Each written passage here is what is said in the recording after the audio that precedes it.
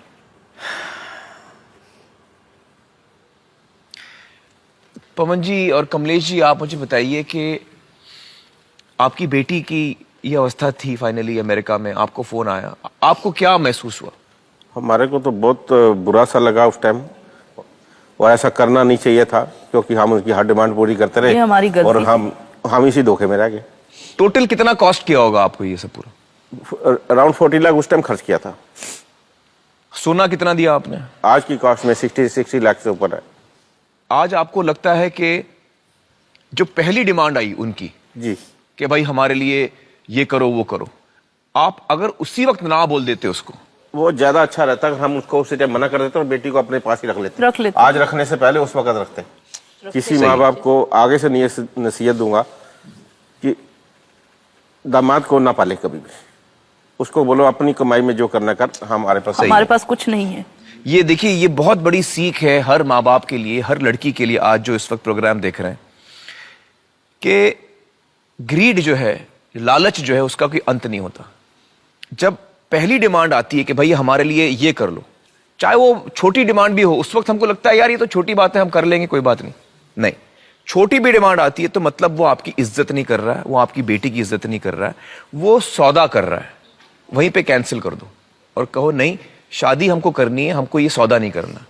ये सबसे बड़ी सीख मिली है हमको। कोमल जी, बहुत बहुत शुक्रिया हमसे बातचीत करने का। आपने जो आप बीती हमें आज सुनाई है, उससे एक बहुत बड़ी सीख मिलेगी सैकड़ों लड़कियों को और सैकड़ों लड़कियों के माँ बाप को आज जो ये प्रोग्राम देख रहे हैं। दोस्तों, आपने देखा कि किस तरह कोमल जी के साथ उनके माँ बाप ने कोई कसर नहीं छोड़ी अपनी बेटी की खुशी के लिए, लेकिन फिर भी उनके साथ ऐसा हुआ है। और ये कोमल जी की कहानी अकेले की नहीं है, बहुत सारी लड़कियां हैं जिनके साथ ऐसा ही हुआ है।